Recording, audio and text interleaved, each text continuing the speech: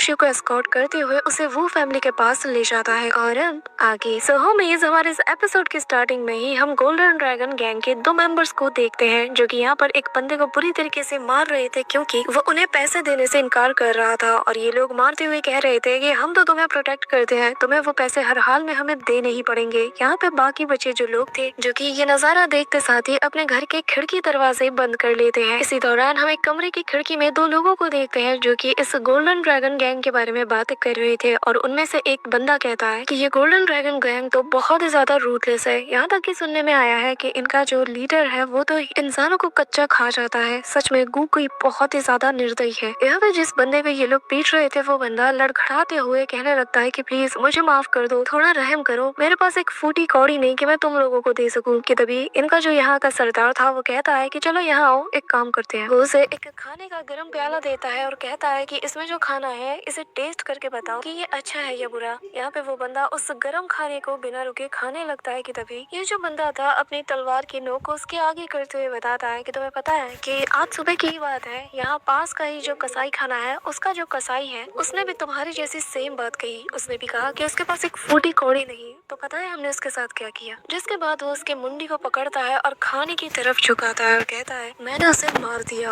और इसीलिए मैं चाहता हूँ कि तुम जरा इस मीट के पीस को टेस्ट करके बताओ कि आखिर ये टेस्ट कैसा है। अब यहाँ पे जैसे उसे पता चलता है कि ये किसका मीट है तो वो उल्टियाँ करना शुरू कर देता है, जो देखकर आसपास के लोग हंसते हैं। कि तभी यहाँ पर गुकुई कहता है कि चलो चलो अब बताओ क्या यहाँ पर इसके जैसे और भी लोग हैं जो कि यही कहेंगे कि उनके पास पैसे नहीं। जिसके बाद वो अपने सारे लोगों को ऑर्डर देता है कि कोई भी अगर रेजिस्ट करे पैसे देने से तो उन्हें वहीं पे मार देना। कि तभी यहाँ पर फैमिली आता है और कहता है कि पर मैं तो रिफ्यूज करूंगा। जिसपे गोल्डन ड्रैगन का ये लीडर कहता है कि ओह मुझे लगा ही था कि ये तुम ही होगे, ऐसा मुझे उम्मीद नहीं थी कि तुम और तुम्हारा ये ब्लैक फॉक्स सोसाइटी वाली गैंग यहाँ मुझे देखने को मिलेगी। जिसपे फैमिली कहता है कि अपनी औकात से बाहर निकलने की जरूरत नहीं है, इतना भी पंगा मत लो कि बाद में तुम पे भारी पड़ जाए। जिसपे गोल्डन ड्रैगन गैंग का लीडर कहता है कि अब तुम मुझे सिखाओगे। हाँ वैसे तुम्हारी बॉडी में ज्यादा मीट है नहीं, लेकिन फिर भी मैं आज तुम्हें मार के रहूंगा। ये कहते साथ ही वो उस पे हमला करता है। कि तभी यहाँ पर फ्रैंकली कहता है कि तुम्हें भूलना नहीं चाहिए इस सिटी का जो ईस्टर्न साइड है वो हमारी ब्लैक फॉक्स सोसाइटी से बिलोंग करती है, तो आखिर तुम हमारे इलाके में शिकार करने क्यों आए हो। जिसपे गुकुई कहता है कि तुम्हारा जो सेकंड इन कमांड है उसे तो मैंने ऑलरेडी मौत के घाट उतार दिया है, अब तुम्हारी बारी। जिसपे फ्रैंकली कहता है कि मैं अपने साथी का बदला तुमसे लेके रहूंगा। यहाँ पे इन दोनों के बीच जंग चल ही रही होती है कि तभी एक बंदा आकर अपने गोल्डन थ्रेड से इसे बांध देता है और फिर दूसरा बंदा इसे पूरी तरीके से निहत्था कर देता है, जो देखकर फ्रैंकली पूरी तरीके से पैनिक कर जाता है क्योंकि यहाँ पर जो गोल्डन ड्रैगन गैंग थी उसने इसके गैंग मेंबर्स को पूरी तरीके से चारों खाने चित कर दिया था और अब इसके पास अपनी जान बचाने के लिए भी कुछ नहीं था। इसी दौरान जो गुकुई है वो उस पर हमला करते हुए कहता है कि क्या बात है, आज तो मेरी लॉटरी लगने वाली है, अब तुम्हें मारकर तुम्हारा जो ये इलाका है ये भी मेरा हो जाएगा। कि तभी यहाँ पर एक मिस्टीरियस पर्सन आके उस पे हमला करता है, जिस वजह से सभी लोग अलर्ट हो जाते हैं और हम देखते हैं कि एक मास्टर मैन यहाँ पे सभी को काउंट करते हुए कहता है कि ओह तो तादाद में ये लोग बस 7 बचे हैं। फैमिली तो जब इस इंसान को देखता है तो उसकी जान में जान आती है। वो कहता है कि फाइनली तुम आ ही गए, फायर फिस्ट आखिर तुम कहाँ थे। अब यहाँ पे हम देखते हैं कि इस बंदे जिसका नाम फायर फिस्ट है यानी कि इसने अपने नाम को रिवील नहीं किया और वो गुकुई की तरफ देखता है और उसकी तरफ बढ़ता है और गुकुई भी कहता है कि ओह तो तुम वही फायर फिस्ट हो जिसके बारे में मैंने बहुत सुना है, लेकिन आज तुमने मुझसे पंगा लेके बहुत बड़ी गलती की है। यहाँ पे हम देखते हैं कि गोल्डन ड्रैगन गैंग का एक बंदा इस पे हमला करता है, लेकिन जो फायर फिस्ट है वो सिंगल फिस्ट अटैक से ही इस बंदे को ढेर कर देता है। कि तभी वही गोल्डन रोप वाला बंदा उसे जकड़ता है और कहता है कि आखिर ये किस टाइप का हीरो जो कि इतना शर्मीला है कि एक मास्क के पीछे छिपा बैठा है। यहाँ पे फायर फिस्ट उसे भी खींचता है और सिंगल पंच से ही इसे भी ढेर कर देता है। गुकुई की तो पैर तले जमीन खिसकने लगती है, वो पैनिक करते हुए पीछे हटता है, लेकिन अपने सारे साथियों को इस पे एक साथ हमला करने का ऑर्डर देता है। सभी लोग उसकी बात सुनते ही कूद पड़ते हैं, लेकिन फायर फिस्ट के सिंगल अटैक से ही ये सभी लोग भी नॉकआउट हो जाते हैं। और फिर फायर फिस्ट उड़ते हुए आकर गुकुई के पेट में एक जोरदार मुक्का लैंड करता है, उसे हवा में ले जाता है और घुमा के दूसरा मुक्का भी उस पर लैंड करता है। इसी के साथ वो एक फाइनल स्ट्राइक से भी इस पर अटैक करता है, जिससे आसपास एक बहुत बड़ा एक्सप्लोजन होता है। इसी के साथ यहाँ पे सब कुछ ठंडा पड़ जाता है और हमें थोड़ी देर बाद ब्लैक फॉक्स गैंग का जो ठिकाना होता है उसका सीन दिखाया जाता है, जहाँ पर फैंग फायर फिस्ट का शुक्रिया अदा करता है और कहता है कि अगर आज तुम नहीं होते तो शायद मेरे साथ साथ पूरा का पूरा गैंग भी खत्म हो चुका होता। इसी के साथ वो उसे रिवॉर्ड के तौर पे टोटल 290 टायर्स क्रिस्टल्स देता है और फिर वो उसे अपने गैंग में शामिल होने के लिए भी रिक्वेस्ट करता है। उसे कहता है कि हमारी गैंग बहुत ही रैपिडली इंक्रीज हो रही है और हमें तुम्हारे जैसी टैलेंट की दरकार है। जिसपे वो कहता है कि ब्रदर ब्रदर फैंग, आपको पता है मैं सिर्फ मार्शल पाथ को ही फॉलो करता हूँ और जितनी बार भी मैंने आपकी मदद की है वो सिर्फ इसलिए ताकि मुझे हर्ब्स के लिए कुछ पैसे मिल जाए ताकि मैं उन्हें बाई कर पाऊँ। और दूसरी बात, आप एक ऐसे इंसान हैं जो कि लॉज को फॉलो करते हैं, ना कि बाकी के गैंग लीडर्स की तरह जिन्हें बस पैसों की लालच होती है और वो लोग आम सिविलियंस को स्लॉटर करते हैं। जिसपे यहाँ पे फैंग ली भी समझ आता है कि वो उनके साथ मर्ज नहीं होना चाहता, पर फिर भी वो कहता है कि अगर तुम हमारे साथ शामिल होते हो तो मैं तुम्हें सेकंड इन कमांड की पोजीशन दे सकता हूँ और ये ऑफर मेरा हमेशा रहेगा। लेकिन अगर फ्यूचर में कभी भी तुम्हें मेरी हेल्प की जरूरत पड़ती है तो मेरा गैंग और मैं हमेशा तुम्हारे लिए हाजिर रहेंगे। इसी के साथ वो कहता है कि पर ब्रदर फैंग, मैंने आपसे एक इंसान के बारे में कुछ पूछा था, क्या आपको उसके बारे में कुछ पता चला? जिसपे वो उसे एक पेंटिंग देते हुए कहता है कि कुछ खास तो नहीं, लेकिन मैंने इस पोर्ट्रेट के बहुत से कॉपीज को बनाया है और जो मेरे जाने पहचाने और जितने भी भरोसेमंद साथी हैं मैंने उन्हें ये सारी कॉपीज दी है और उनसे कहा है कि जैसे ही इस इंसान के बारे में उन्हें कुछ भी पता चलता है तो मुझे इन्फॉर्म करे। इसलिए चिंता मत करो, जैसे ही मुझे इसके बारे में कुछ भी पता चलेगा मैं तुम्हें इन्फॉर्म करूंगा। जिसके बाद वो उसका शुक्रिया अदा करके यहाँ से जाने लगता है कि तभी वो उसे एक और स्क्रॉल देते हुए कहता है कि मैं एक वेपन को फॉर्ज करना चाहता हूँ, मुझे ये तलाश है और मेरे पास ज्यादा वक्त नहीं है। मैं क्लोज और कल्टीवेशन में बहुत ही जल्द बिजी होने वाला हूँ, इसीलिए मैं ब्रदर फैंग आपके भरोसे इसे छोड़ रहा हूँ। उम्मीद करता हूँ कि आप इसमें मेरी मदद कर पाएंगे। अब यहाँ पे जैसे जैसे वो इस मेथड को रीड करता है काफी ज्यादा इम्प्रेस हो जाता है और कहता है कि वाकई में जिसने भी इस वेपन को क्राफ्ट करने का मेथड लिखा है ये बहुत ही ज्यादा रेयर है। इसी के साथ ही यहाँ पर ये जो मास्टरमैन था वो उसे कुछ पैसे देते हुए कहता है कि उम्मीद करता हूँ कि इससे काम हो जाएगा।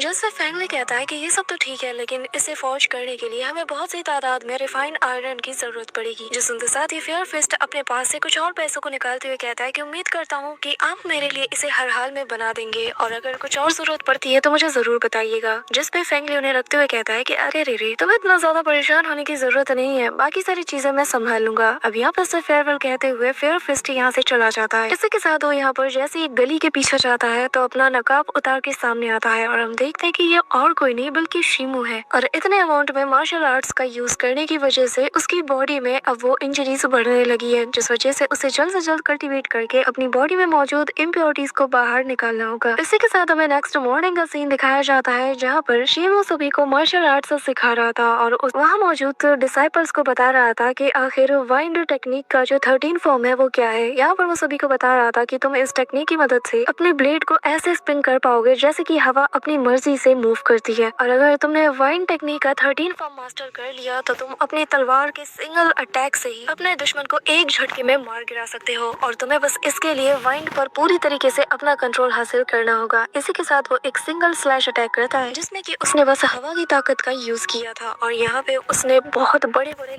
वुडन पिलर्स को 2 टुकड़ों में काट दिया था। इसी के साथ वो बताता है कि लेजेंड्स का ये भी कहना है कि ये जो 13 टेक्निक है वाइंड की ये एक सिंगल ब्लेड इनर टेक्निक से बनाई गई है और ऐसा कहा भी जाता है कि जो इन्हें लगातार 5 बार यूज कर ले उसे सुप्रीम मास्टर कहा जाता है। हालांकि मैंने आज तक खुद से ही कभी चीजें नहीं की है और ना ही देखी है। यहाँ पे हम देखते हैं कि डिसाइपल्स तो तालियां बजा रहे थे कि तभी उसके जो सीनियर ब्रदर्स होते हैं वो भी कहता है कि ब्रदर शिव वाकई में तुम बहुत ही ज्यादा कमाल के हो। इसी के साथ सीनियर ब्रदर उसे अप्रिशिएट करते हुए कहता है कि जूनियर ब्रदर शिव तुम्हारी ये जो वाइंड रश ब्लेड टेक्निक है ना इसके आगे तो खुद वांग त्यान हावी तुम्हारे सामने घुटने टेकेगा, वो तुम्हें दादाजी कह के बुलाएगा। अब यहाँ पे वांग फैमिली का एक चमचा होता है जो कि कहना सकता है कि ऐसा ये सारी चीजें तो ठीक है लेकिन जो वांग फैमिली का जो यंग मास्टर है वो भी किसी से कम नहीं, उसके ब्लड लाइन की पावर भी बहुत ही ज्यादा इनक्रेडिबल है। इवन की उसकी जो ancestral blazing fire spear technique है वो भी बहुत कमाल की है। जो सुन के शिमो भी कहता है कि फिर तो उससे डील कर पाना थोड़ा मुश्किल होगा। वैसे सीनियर ब्रदर एक बात बताइए, क्या वो सच में फैंग सिटी का सबसे नंबर 1 और ताकतवर मार्शल अप्रेंटिस है और क्या वाकई में इसकी ब्लड लाइन की पावर बहुत ही ज्यादा रेयर है? जिसपे सीनियर ब्रदर कहता है कि यार तुम्हें इतनी फिक्र करने की जरूरत नहीं है और इससे फर्क नहीं पड़ता कि उनके पास ब्लड लाइन है या नहीं, क्योंकि जब तक हम ब्लड लाइन की पावर को अवेकन नहीं करते ये यूजलेस है। जिसपे दूसरा बंदा कहता है कि नहीं, उनके पास भले ही अवेकन ब्लड लाइन ना हो लेकिन उनकी फैमिली में हर जनरेशन के बंदे के पास ब्लड लाइन की ताकत होती है और उनमें से कब किसकी पावर अवेकन हो जाए किसे पता। लेकिन हाँ, उनकी जो ब्लड लाइन की पावर है वो एक्सट्रीमली प्योर है और बस कुछ ही वक्त की बात है जब वांग त्यान हाउ फाइनली अपनी ब्लड लाइन की पावर को अवेकन कर लेगा। यहाँ पर इसकी बात सुनकर सीनियर ब्रदर कहता है कि आखिर तुम कैसे इंसान हो, तुम अपने ही क्लाइन के मेंबर की तारीफ करने के बजाय दूसरे फैमिली का कोई मेंबर है उसकी तारीफें कर रहे हो। और हमारा जूनियर ब्रदर शी भी डिवाइन इनेट स्ट्रेंथ को पोजेस करता होगा, मे भी उसकी भी ब्लड लाइन कभी अवेकन हो जाए। जो सुनकर सभी हंसते हैं कि तभी यहाँ पे इनका मास्टर आता है और इन उनसे कहने लगता है कि आखिर तुम लोग यहाँ पे वक्त जाया क्यों कर रहे हो? क्या तुम लोगों को काई युआन मार्शल एकेडमी में एंटर नहीं होना? अगर हाँ तो उसके लिए या तो तुम्हारे पास ब्लड लाइन की पावर होनी चाहिए या फिर तुम्हें कड़ी मेहनत करनी होगी, और जिसके साथ ही तुम्हें 4 मार्शल हॉल जॉइंट कंपटीशन में फर्स्ट प्लेस को अचीव करना होगा। जिसके बाद सभी को वो प्रैक्टिस का ऑर्डर देता है कि तभी वो शीमू को अपने पास बुलाता है और कहता है कि शीमू, क्या तुम जानते हो मैंने तुम्हें यहाँ अपने पास क्यों बुलाया है? शीमू यहाँ पे कंफ्यूज था और यहाँ पे मास्टर उससे कहता है कि पर उससे पहले अपने मास्टर को जरा ये बताओ कि आखिर तुम बॉडी रिफाइनिंग के किस लेवल पे पहुंचे हो? जिसपे शीमू बताता है कि मैं बॉडी रिफाइनिंग के 11वें लेवल पे पहुंचा हूँ। जिसपे उसका मास्टर भी कहता है कि यार इतने कम सालों में तुमने काफी ज्यादा कुछ अचीव कर लिया है और तुम्हारे टैलेंट के हिसाब से तुम तो इस पूरे के पूरे जो फेंग सिटी है उसमें काफी ज्यादा रेयर हो। प्लस तुम्हारी जो फिजिकल अपीयरेंस है ये काफी ज्यादा स्ट्रॉन्ग है। नॉर्मल वेपन्स तो तुम्हारी बॉडी पे खरोच तक नहीं ला पाती। इसी के साथ वो उसके कंधे पे हाथ रखते हुए कहता है कि तुम्हारा ये जो मास्टर है ना तुमसे काफी ज्यादा हाई होप्स रखता है। उम्मीद करता हूँ कि इस कंपटीशन में तुम ही फर्स्ट आओगे। जिसपे शीमो उसका शुक्रिया अदा करते हुए कहता है कि मास्टर मैं इतना भी कुछ खास नहीं हूँ। कि तभी उसके दिल में बहुत तेजी से पेन होता है जिसकी वजह से उसे सांस लेने में तकलीफ होती है। कि तभी मास्टर उसके पास आकर कहता है कि शीमो आखिर तुम्हें क्या हुआ? जिसपे शीमो कहता है कि कुछ खास नहीं, पर ऐसा लग रहा है कि जैसे मेरे ब्लड फ्लो में अचानक से कहीं ब्लॉकेज हो गया है। माफ करना मास्टर कि मैंने आपको शर्मिंदा किया। जिसपे इसका मास्टर कहता है कि तुम्हें की सेंसिंग को जल्द से जल्द कॉम्प्रोहेंड करना होगा और फिर वो उसे एक प्रिस्क्रिप्शन देता है जिसमें कुछ मेडिकल हर्ब्स लिखे हुए थे और बताता है कि इन्हें जल्द से जल्द लो और दिन में 3 बार इन हर्ब्स के पानी में खुद की बॉडी को साफ करना। शीमू जैसे प्रिस्क्रिप्शन देखता है तो कहता है कि मास्टर आखिर ये क्या है? कि तभी इसका मास्टर बहुत कूल वे में उससे कहता है कि असल में तुम्हारा ये मास्टर ना तुम्हें बॉडी रिफाइनिंग का आयरन रिफाइनमेंट मेथड सिखाने वाला है और ये हमारे इस लिव फेंग मार्शल हॉल की बहुत ही ज्यादा सीक्रेट टेक्निक है। जो सुनकर शीमू और ज्यादा क्यूरियस था, लेकिन वो कहता है कि मास्टर क्या मुझे सच में ये सीखना चाहिए? जिसमें अब इसका मास्टर कहता है कि हाँ बिल्कुल, क्योंकि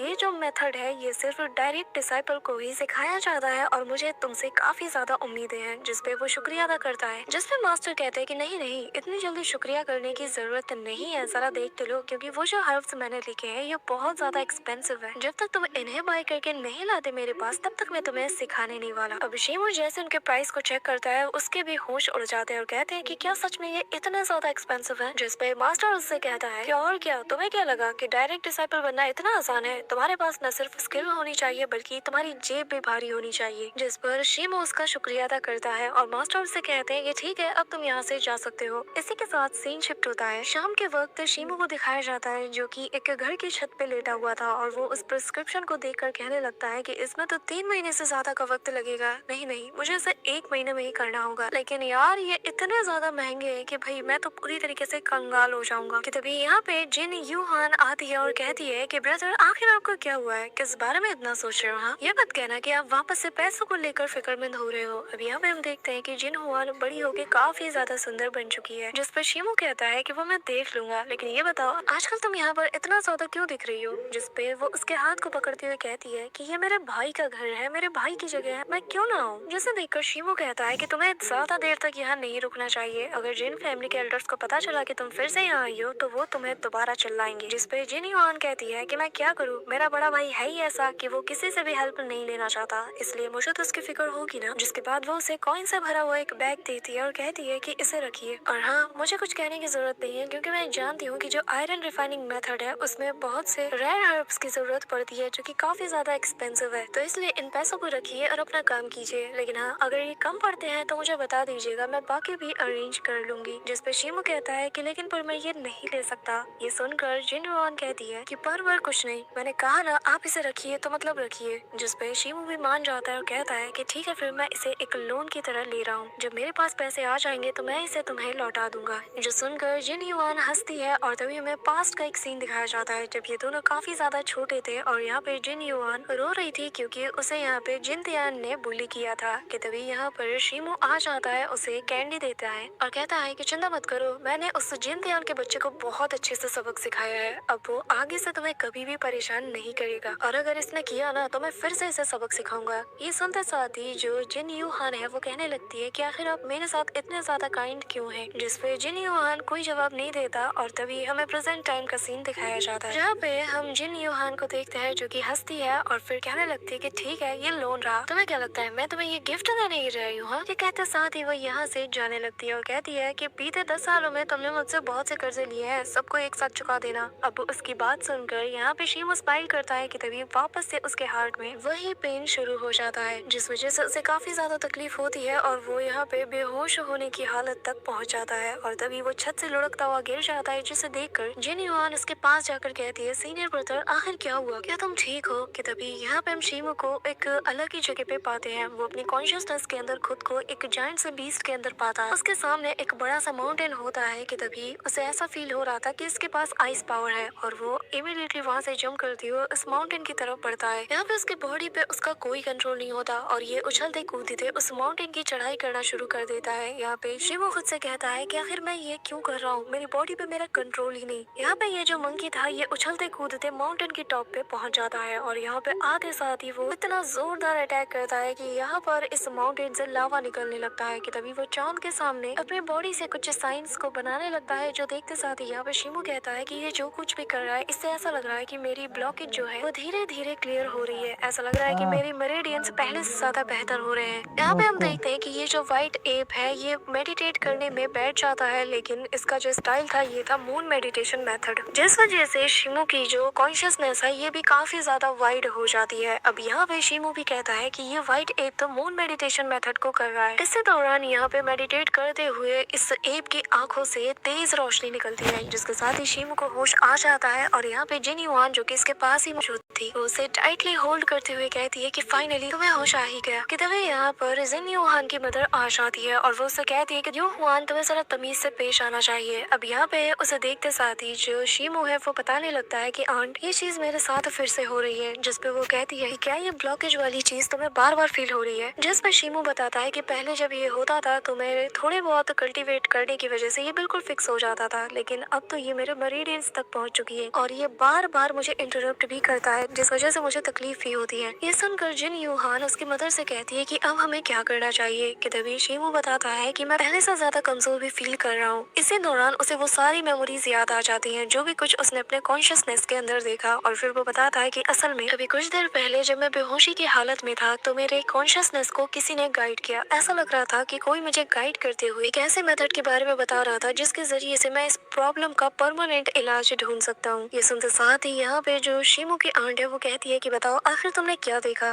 कि तभी शिमो हेजिटेट करता है और कहता है कि मुझे ठीक से कुछ भी याद नहीं। जो सुनकर यहाँ पे उसकी आंट कहती है कि तुम्हें जल्द से जल्द उस की स्प्रिट पिल को कंज्यूम करना ही होगा, वरना इसका कोई इलाज नहीं, और अगर हमने ऐसा नहीं किया तो हो सकता है कि शायद। कि तभी शिमो समझ आता है कि वो क्या कहना चाहती है, पर तभी वो उससे कहती है कि शिमो तुम्हें ज्यादा से ज्यादा बॉडी रिफाइनिंग को कल्टीवेट करना चाहिए ताकि तुम अपनी बॉडी को प्योरीफाई कर सको। जिस पे शिमो हाँ में जवाब देता है और उनका शुक्रिया अदा करता है। कि तभी आंट जैन बताने लगती है कि जब तुम 5 साल के थे तब से ही तुमने तुम्हारी ये चेस्ट टाइटनेस वाली सिम्टम्स को शो करना शुरू कर दिया था, तब से ही तुम्हारी ये ब्लॉकेज वाली प्रॉब्लम शुरू हो गई थी, बिल्कुल अपने पिता की तरह। जो सुनते साथ ही वो भी शॉक्ड था और कहता है कि क्या सच में क्या शीतिंग ने इस बारे में आपको बताया था? जिस पे वो बताती है कि नहीं, असल में जिस साल वो हमारी जिन फैमिली में आया था तभी उसने ऐसे सिम्टम्स दिखाने शुरू कर दिए थे और तब से ही मैं समझ गई और इसके पीछे का जो भी रीजन है उसे मैंने अपने अंदाजे से पता लगाया। ये सुनकर शिमो थोड़ा सोच में पड़ जाता है, लेकिन तभी वो कहता है कि क्या इसका मतलब ये है कि जब उसने मुझे और मेरी माँ को छोड़ दिया था उसका मतलब ये है कि वो उस पिल की तलाश में निकला था? जिस पे आंट ज़ेंग बताती है कि हाँ तुमने सही समझा, उसे वो की स्प्रिट पिल चाहिए थी, इसी वजह से उसने सब कुछ छोड़ दिया, लेकिन उसने अपने अंतिम समय में ही मुझे सब कुछ बताया और उसने मुझसे ये वादा भी लिया कि मैं उसके जाने के बाद तुम्हारा ख्याल रखूं। वो इतने साल तक मुझसे भी दूर रहा, लेकिन फिर भी उसने उम्मीद की कि मैं उसके विश को फुलफिल करूंगी। जिसके साथ ही वो बताती है कि पर अफसोस है कि इतने सालों तक वो बस जिन फैमिली के लिए किसी स्लेव की तरह काम करता रहा ताकि बस कैसे भी करके उसे एक की स्प्रिट पिल मिल जाए। पर अब जबकि वो मारा जा चुका है तो उसके हिस्से की जो की स्प्रिट पिल है वो तुम्हें मिलनी चाहिए, और अगर ऐसा नहीं होता तो तुम भी शायद उसकी तरह ही मारे जाओ। ये सुनते साथ ही जिन यूहान कहने लगती है कि पर मदर आपने तो कहा था कि अगर ब्रदर उस 4 हॉल कंपटीशन में फर्स्ट प्लेस पे आते हैं तो सिस्टर उसे की स्प्रिट पिल देगा, है ना? जिस पर वो बताती है कि ये मामला जितना दिखता है उतना आसान नहीं है, तुम्हें सब कुछ खुद से ही करना होगा, तुम्हें बहुत ज्यादा मेहनत करके इस कंपटीशन को हर हाल में जीतना ही होगा, जिस पर शिमो भी हाँ में जवाब देता है और आन सेंग कहती है कि ठीक है फिर फिलहाल तुम खुद की रिकवरी पे ध्यान दो और हम दोनों तुम्हें डिस्टर्ब नहीं करेंगे। जिस पे जिन यूहान भी कहती है कि ठीक है फिर मुझे भी अब यहाँ से निकलना चाहिए। इसी के साथ सीन शिफ्ट होता है और हम यहाँ पे कुछ लोगों को देखते हैं जो कि फायर फिस्ट के बारे में ही बात कर रहे थे कि कैसे उसने एक सिंगल अटैक से ही सभी को धोके रख दिया और हमें उससे काफी ज्यादा सतर्क रहना होगा। जिस पे दूसरा बंदा कहता है कि हाँ तुम्हारा जो गोल्डन ड्रैगन गैंग है वो भी तो इसकी चपेट में आ चुकी थी। यहाँ पे गुकुई कहने लगता है कि हाँ और मुझे लगता है कि वो जो यंग मास्टर वांग है उसका मुकाबला भी कर सकता है, उसका वो राइवल भी बनने लायक है। अब यहाँ पे हम एक पर्सन को देखते हैं जो कि अपने वेपन को साफ कर रहा था कि तभी जैसे ही वो वू फैमिली का यंग मास्टर का नाम सुनता है तो वो यहाँ पर अपनी स्टिक को जैसे ही पटकता है तो ये दोनों दूर छिटक जाते हैं और फिर वो कहने लगता है कि वैसे तुम्हारी हिम्मत की दाद देनी पड़ेगी कि तुम यहाँ पर